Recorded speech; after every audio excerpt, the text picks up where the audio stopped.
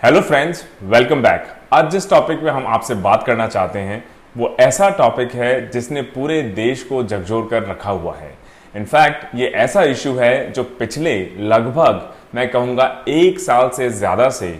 India को ही नहीं पूरी दुनिया में तबाही मचा रखी है, और वो है कोरोना।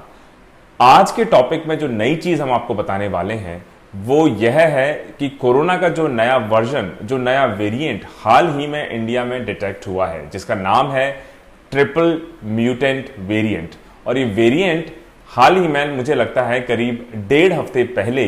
ये वेरिएंट वेस्ट बंगाल में डिटेक्ट किया गया है। और अगर हम इसकी शुरुआती इंफॉर्मेशन को माने तो कई एक्सपर्ट्स का कहना है कि ये वेरिएंट हो सकता है जो अभी वेरिएंट चल रहा है या पिछले साल जो वेरिएंट देखा गया था उससे कहीं ज्यादा घातक हो, उससे कहीं ज्यादा जल्दी फैलने वाला हो, और शायद हमारी जो वैक्सीन है अभी मार्केट में उनका भी इस पे हो सकता है कि लिमिटेड असर हो। तो आइए दोस्तों, इस रिक्वेस्ट के साथ कि इस कोरोना की महामारी में आप सभी खुद को सुरक्षित रखें, अपने परिवार को सुरक्षित रखें, मास्क पहने, सैनिटाइजर का प्रयोग करें, अनावश्यक रूप से बाहर ना जाएं, और कोरोना के जितने नियम हैं उनका आप लोग कड़ाई से अनुपालन करें। क्योंकि यह तो बहुत निश्चित है कि पिछले साल जो वेरिएशन था, अभी जो वेरिएशन चल रहा है, पर्टिकुलरली हम लोगों ने देखा है मार्च और अप्रैल के महीने में, जिसमें हम लगातार देख रहे हैं कि हमारे इन्फेक्शंस की स्पीड बहुत तेजी से बढ़ी है, डेथ रेट भी उसमें बढ़ रहा है, ऑक्सीजन की कमी आ रही है, बेड्स का इश्यू हो रहा है, और पूरा देश एकजुट होकर इस महामारी से उबरने में लगा हुआ है। अभी जो वेरिएशन देखा जा रहा है पिछले जो वेरिएशन था उससे डिफरेंट पाया जा रहा है, और ये बड़ी चिंता का विषय है कि अब हाल ही में, मुझे लग रहा है 3 हफ्ते पहले, जो वेस्ट बंगाल में ट्रिपल म्यूटेंट वेरिएंट डिटेक्ट किया गया है वो अभी के वेरिएशन से और इससे पहले वाले वेरिएंट से कहीं ज्यादा घातक और ज्यादा स्प्रेड होने वाला है। इसका मतलब ये एक ऐसा वायरस है जो लगातार म्यूटेशन के जरिए अपने आप को इवॉल्व करता जा रहा है, और हमारी जो डिफेंस मैकेनिज्म है, जो स्ट्रैटेजी है, कहीं ना कहीं उसको भी इवॉल्व होना पड़ेगा कि इस बदलते हुए बदलाव के साथ हमारी डिफेंस मैकेनिज्म मैच कर पाए और इस वायरस को इससे पहले कि ये और तबाही मचाए, वक्त रहते इसके स्प्रेड को रोका जाए, इसकी वैक्सीन को डेवलप किया जाए, लोग भी एडिक्वेट प्रिकॉशंस लें, क्योंकि इस भूल में कोई ना रह जाए कि पिछली बार मुझे कोरोना हो गया था तो अब मैं नए वेरिएशन से, नए वेरिएंट से इम्यून हूं, या हाल ही में मार्च अप्रैल में मुझे कोरोना हुआ है तो अब मुझे डरने की आवश्यकता नहीं है। दोस्तों, मैसेज यही है कि ये ऐसा वायरस है जो कि बाकी वायरसों की तरह लगातार अपना बदलाव, अपने बिहेवियर में चेंज, अपना म्यूटेशन करता जा रहा है। तो हम बिल्कुल भी किसी भी हालत में इसको हल्के में नहीं ले सकते, किसी तरह की हम ढिलाई नहीं बरत सकते, और हमको लगातार सतत रूप से सजग रहना होगा और पूरी सावधानी हमें बरतनी होगी। तो आइए शुरू करते हैं। सबसे पहले तो ये कोरोना का जो ट्रिपल म्यूटेशन वेरिएंट है न्यूज में क्यों रहा। पिछले कुछ हफ्तों की अगर आप न्यूज देखें तो काफी भयानक स्थिति देश में बनी हुई है कोरोना की महामारी को लेकर। लगभग 4.25 लाख नए केसेस प्रतिदिन निकल कर आ रहे हैं पूरे देश में, और कई ऐसे स्टेट्स हैं जिनको कोरोना के हॉटस्पॉट के रूप में माना जा रहा है, जहां पे केसेस बहुत ज्यादा हैं। आप महाराष्ट्र का हाल देख लें, आप चाहे तो दिल्ली का हाल देख लें, आप चाहे तो कर्नाटक का हाल देख लें, जहां कल ही 2 हफ्ते के लिए फिर से लॉकडाउन लगा दिया गया है। इसका मतलब कि ये इन्फेक्शन पिछले 3 हफ्ते की पर्टिकुलरली अगर हम बात कर लें तो बेहद तेज गति से बढ़ा है। उसके साथ सिवेरिटी भी इसकी बढ़ी है। इसकी वजह से जो लोगों को ऑक्सीजन की आवश्यकता है, हॉस्पिटलाइजेशन की आवश्यकता है, वेंटिलेटर्स की आवश्यकता है, वो भी कहीं तेजी से बढ़ी है, और इस कारण जो डिमांड है एक साथ बहुत ज्यादा तेजी से बढ़ने के कारण जो सप्लाई है कहीं ना कहीं उसको अभी मैच नहीं कर पा रही है। लोग भी पूरी कोशिश कर रहे हैं, साथ ही साथ गवर्नमेंट्स भी लगी हुई हैं, सेंट्रल गवर्नमेंट भी लगी हुई है, स्टेट गवर्नमेंट्स भी लगी हुई हैं कि उस सप्लाई को जल्दी से जल्दी बढ़ाया जाए और ये जो मिसमैच है इसको कहीं ना कहीं जल्दी से जल्दी ब्रिज किया जाए। तो दोस्तों, ये एक ऐसा नया वेरिएंट है जो, जैसा मैंने कहा, 3 हफ्ते 4 हफ्ते पहले डिटेक्ट हुआ है। वेस्ट बंगाल में इसका पहला स्ट्रेन देखने को मिला है, और इसको अभी ट्रिपल म्यूटेंट वेरिएंट या बंगाल स्ट्रेन ऑफ कोविड-19 भी कहा जा रहा है। दीज आर अर्ली डेज, अभी इसकी सिर्फ शुरुआत है, इसके बारे में बहुत ज्यादा इंफॉर्मेशन नहीं है, लेकिन जो इंफॉर्मेशन हम लोग इकट्ठा कर पाए उस इंफॉर्मेशन को हम आप तक पहुंचाने की कोशिश करेंगे। इसकी सबसे बड़ी जो डरावनी चीज अभी साइंटिस्ट के हिसाब से, एक्सपर्ट्स के हिसाब से दिखाई दे रही है वो ये है कि ये अभी के वेरिएंट और पुराने वेरिएंट के मुकाबले इसका रेट ऑफ इन्फेक्शन शायद और ज्यादा तेज है, और शायद ही शायद ये भी हो सकता है कि इसका फैटेलिटी रेट, मोर्टेलिटी रेट, इसका मतलब इससे जो मौतें हो सकती है संभावित रूप से, वो अभी के मुकाबले या पिछले साल के मुकाबले कहीं ज्यादा हो सकती हैं। तो हमें तैयार रहना होगा, हमें सजग रहना होगा। वेस्ट बंगाल में दोस्तों पहली बार ये मिला, लेकिन सिर्फ वेस्ट बंगाल तक सीमित नहीं है। इसके स्ट्रेन्स को दिल्ली में भी डिटेक्ट किया गया है, इसके स्ट्रेन्स को महाराष्ट्र में डिटेक्ट किया गया है। क्योंकि अभी शुरुआती दौर है इस नए स्ट्रेन का, तो अभी क्लियर एविडेंस नहीं मिला है कि जो अभी हमारी वैक्सीन हैं, चाहे कोविशील्ड हो, चाहे वो कोवैक्सिन हो, चाहे स्पुतनिक हो, या फाइजर की या मॉडर्ना की जो वैक्सीन हैं, उनका इस पे क्या असर होगा। अगर टेक्निकल नाम हम देखें इस नए वेरिएंट का, तो इसका टेक्निकल नाम है E484K, E484K, और ये एक मुझे लगता है नए चैलेंज के रूप में सिर्फ इंडिया के लिए ही नहीं, पूरे देश के लिए, पूरी दुनिया के लिए उभर कर सामने आने वाला है। इसकी एक बड़ी जो खासियत है, जो मुझे लगता है पूरी ह्यूमैनिटी के लिए चैलेंज पोज कर सकती है, वो ये है कि ये एक मेजर इम्यून स्केप वेरिएंट है। ये ऐसा वेरिएंट है जो ट्रिपल म्यूटेशन वेरिएंट है कि ये जो हमारी इम्यूनिटी है, उस इम्यूनिटी को ये धोखा देने में, उससे बचने में, उससे अनडिटेक्टेड निकल जाने में ये कहीं ज्यादा सक्षम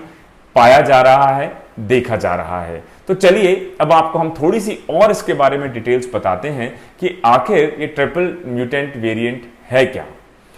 triple mutant variant 3 particular variations का एक कॉम्बिनेशन है, और जितने कॉम्बिनेशंस होंगे हमारी वैक्सीन की इफेक्टिवनेस हो सकता है उस पर उतनी ही कम होती जाए, हमारा इम्यूनिटी सिस्टम भी हो सकता है उसको उतना बेहतर रिस्पॉन्ड ना कर पाए। तो अगर हम टेक्निकल डिटेल्स में जाएं तो इस ट्रिपल म्यूटेंट वेरिएंट में सबसे पहला है कि स्पाइक जो हमारा प्रोटीन है उसमें 2 डिलीशंस हैं, 2 चेंजेस हैं। वो डिलीशंस हैं H146 और Y145। Mutation E484K and D614G spike protein के हैं, वो भी इसमें चेंज हो गए हैं। ये 3 चेंजेस जब एक साथ मिलते हैं, उसी की वजह से ट्रिपल म्यूटेंट वेरिएंट अभी जो देखने को मिल रहा है वो मिल रहा है। और जो पुराना डबल म्यूटेंट वेरिएंट था जिसका नाम B1617 रखा गया था, जो अभी सबसे ज्यादा इन्फेक्शन फैला रहा है, उसमें सिर्फ 2 चेंजेस थे। अभी 2 चेंजेस हैं, अभी 3 चेंज का नया म्यूटेशन वेरिएंट निकल कर आ रहा है। तो आप सोच सकते हैं कि अभी इतनी जब तबाही मच रही है कोरोना की वजह से, तो अगर इफेक्टिव वैक्सीनेशन ड्राइव हमारा नहीं हुआ या वैक्सीन उसमें कम इफेक्टिव पाई गई या लोगों ने सावधानी नहीं बरती, तो किस हद तक दिक्कतें लोगों तक, समाज तक, फैमिलीज तक, इस देश के सामने, पूरी दुनिया के सामने एक चैलेंज के रूप में उभर कर आ सकती हैं।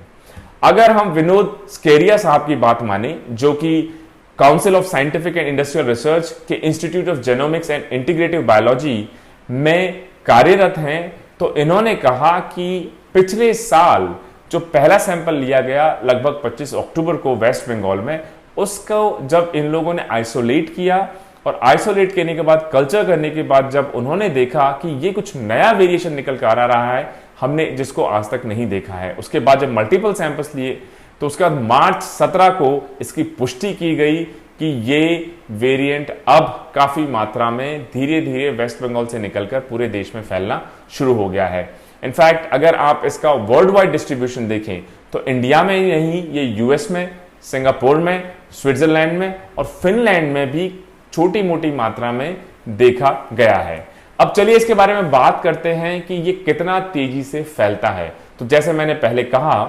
कि क्योंकि अभी ये नया वेरिएंट है, बहुत स्टडीज की नहीं हो पाई है, समझ इसकी अभी लिमिटेड है, लेकिन जितनी भी अभी समझ है उससे ये प्रतीत होता है कि इसकी जो फैलने की स्पीड है, इन्फेक्शन की स्पीड है, वो पुराने वेरिएंट्स के मुकाबले कहीं ज्यादा तेज है। इनफैक्ट ये भी माना जा रहा है कि जनवरी से मार्च के बीच में लगभग 15% इसका इन्फेक्शन रेट वेस्ट बंगाल में प्रेवलेंट हो सकता है। अब ये देखें कि चलिए स्पीड इसकी क्या रही, क्या इसमें फर्क रहे, कौन से वो चेंजेस हैं, कहां कहां पहले देखा गया। अब अगर हम देखें कि इसका इफेक्ट क्या हो सकता है, इनफैक्ट अभी जैसा मैंने कहा शुरुआती दौर है, इतनी ज्यादा स्टडीज इस पर नहीं हुई हैं, लेकिन डॉक्टर मधुकर पाय जो कि प्रोफेसर ऑफ एपिडेमोलॉजी हैं मैगिल यूनिवर्सिटी में, उनका स्पष्ट रूप से कहना है कि ये कहीं ज्यादा फैलने वाला है, ज्यादा ट्रांसमिसिबल वेरिएंट है और ये लोगों को बहुत ज्यादा जल्दी बीमार कर सकने की क्षमता रखता है। इसका मतलब अगर आप इन्फेक्ट हुए, हो सकता है आपको बहुत ज्यादा ये मौका ना दे, हो सकता है आप बहुत जल्दी बीमार हो जाएं, हो सकता है कि इसके एडवर्स इंपैक्ट पर्टिकुलरली अगर आपकी उम्र ज्यादा है, आपको पहले से कोई बीमारी है, कोमॉर्बिडिटी है, या फिर अगर आपका कोई पहले से मेडिकल हिस्ट्री रही है, तो ये वेरिएंट हो सकता है बहुत जल्दी अटैक करके ऐसी गंभीर स्थिति आपकी लाइफ में पैदा कर दे जो पुराने स्ट्रेन शायद ना कर पाने हो। और जैसा हमने कहा कि ये वैक्सीन ब्रेक थ्रू इन्फेक्शंस भी कर सकता है। वैक्सीन ब्रेक थ्रू इन्फेक्शंस वो होते हैं कि वैक्सीनेट होने के बावजूद, मान लीजिए मैंने 2 डोज ले लिए कोवैक्सीन के या कोविशील्ड के और मुझे लगता है कि मैं फुली इम्यूनाइज्ड हूं, फुली वैक्सीनेटेड हूं, लेकिन ये ऐसा एक वायरस का म्यूटेशन हो सकता है जो फुल वैक्सीनेशन के बावजूद भी आपको फिर से इन्फेक्ट कर दे और आपके लिए सिवियर हेल्थ कंडीशंस को क्रिएट कर दे। अब अगर हम देखें लास्ट पॉइंट पे, अगर हम बात देखें कि क्या जो हमारी एग्जिस्टिंग वैक्सीन्स हैं वो इसको रोक पाने में अभी सक्षम है या नहीं, तो जैसा मैंने कहा स्टडीज अभी उस पर हो रही हैं। इनफैक्ट आज शाम को ही मैं एक आर्टिकल पढ़ रहा था जिसमें शायद प्रिलिमिनरी स्टडीज सजेस्ट करती हैं कि जो हमारी एग्जिस्टिंग वैक्सीन्स हैं कोविशील्ड और कोवैक्सीन, दोनों एक लिमिटेड वे में इसके अगेंस्ट कुछ इफेक्टिवनेस शो कर रही हैं। लेकिन दीज आर अर्ली डेज, शुरुआती दौर है और स्टडीज करने की जरूरत है। उसके बाद ही हम ये पता लगा पाएंगे कि वास्तविक तौर पे जो हमारा पोर्टफोलियो है वैक्सीन्स का, चाहे वो इंडियन मेड हो, चाहे वो इंपोर्टेड हो या इंटरनेशनली जो अवेलेबल वैक्सीन्स हो, उनमें से कौन सी वैक्सीन इसके अगेंस्ट, इस वेरिएशन के अगेंस्ट एक्ट कर पाएगी। और उसके लिए हमें वाह फुटिंग पे इस वायरस को आइसोलेट करके इसकी सीक्वेंसिंग करनी पड़ेगी, इसको बेहतर तरीके से समझना पड़ेगा। तो दोस्तों लास्ट में एक बार फटाफट एक 30 सेकंड रिकैप करते हैं। एक नया वेरिएंट निकलकर सामने आया है, वेस्ट बंगाल में इसका पहला डिटेक्शन हुआ है। इसका नाम ट्रिपल म्यूटेंट वेरिएंट है। इसका एक्चुअल नाम बंगाल स्ट्रेन भी कहा जा रहा है या फिर B1618 भी कहा जा रहा है। एक्सपर्ट्स की जो इनिशियल फाइंडिंग्स है उसके हिसाब से ये बेहद तेजी से फैलता है, आपको हो सकता है बहुत ज्यादा जल्दी बीमार कर दे, आपको रिस्पॉन्ड करने का शायद ये मौका तक ना दे। साथ ही साथ जो हमारी एग्जिस्टिंग वैक्सीन्स हैं उनका भी इफेक्ट अभी इस पे लिमिटेड ही देखा गया है। उसके अलावा ये इम्यून स्केप वायरस है। इसका मतलब कि जो आपका इम्यून सिस्टम है, चाहे आपकी नेचुरल इम्यूनिटी हो या वैक्सीनेशन की वजह से इम्यूनिटी डेवलप हुई हो सकता है ये पर्टिकुलर स्ट्रेन, ये पर्टिकुलर वेरिएंट इम्यून सिस्टम से अनडिटेक्टेड चला जाए, जिसकी वजह से इससे पहले बॉडी रिस्पॉन्ड करे इस वायरस के अगेंस्ट, आपको ये कहीं ज्यादा नुकसान पहुंचा दे। तो